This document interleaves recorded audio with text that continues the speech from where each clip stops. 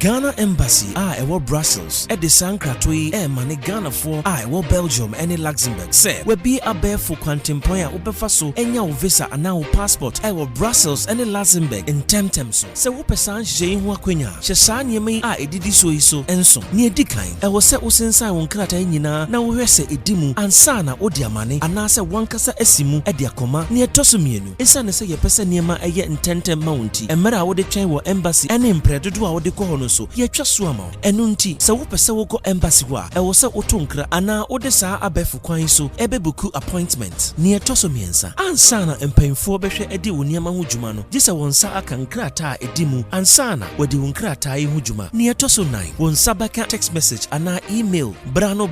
wo bebi a onkrata agye no edru ne etoso nu yenyuma yefo yi bi aye krado se wonu obedi nkita ho ewo ehaw a wo fam wo saa nkrata gye ho ye wo ha se ye beboa wo se wo penkyeremu bi a www.ghanaembassy.be